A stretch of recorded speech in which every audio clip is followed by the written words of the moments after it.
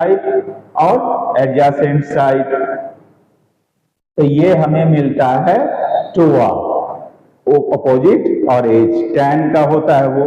तो tan 30 degree, हमने इस ट्रायंगल को एबीसी माना और उसके tan 30 डिग्री इक्वल टू हो रहा है AB by BC। tan 30 degree का वैल्यू है 1/√3। AB की जगह पे H आ गया, BC 30 है। फिर हमने इनका क्रॉस मल्टीप्लीकेशन किया तो हमें क्या मिलता है, cross √3H equal to 30, then H equal to 30 divided by √3। और जब हम इसे डिवाइड करते हैं तो √3 3 बनाएगा, 3 10 जा 30, तो 10√3 इक्वल टू, काट दिया इसे। तो इस तरीके से हम कह सकते हैं कि इसकी हाइट जो है टावर की वो है 10√3 मीटर।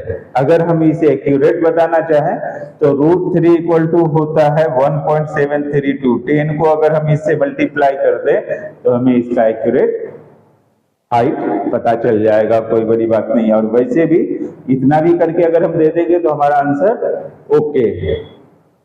तो सेकेंड क्वेश्चन में आपने देख लिया किस तरीके से फाइंड आउट करना। हम पहले ये देखेंगे कि एंगल कितने का बन रहा है, फिर उसके बाद ये देखेंगे कि जो दो चीजें दी हुई है वो किसके रेशियो को बता रही है। तो यहाँ हमने देखा कि यहाँ tan के रेशियो को बता रही है, क्योंकि यहाँ पर अपोजिट है और एडजेसेंट साइड है।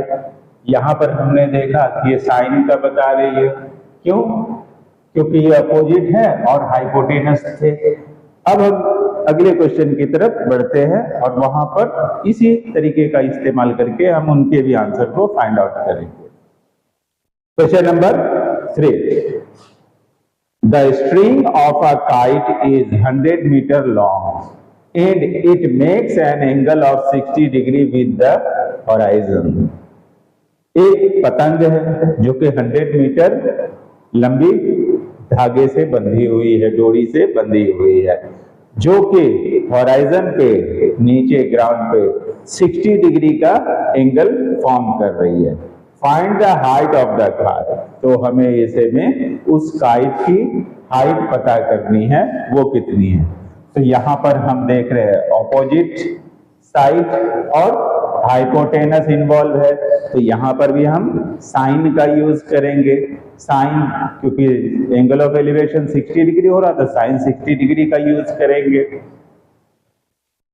इस तरीके से let OA be the horizontal ground and let K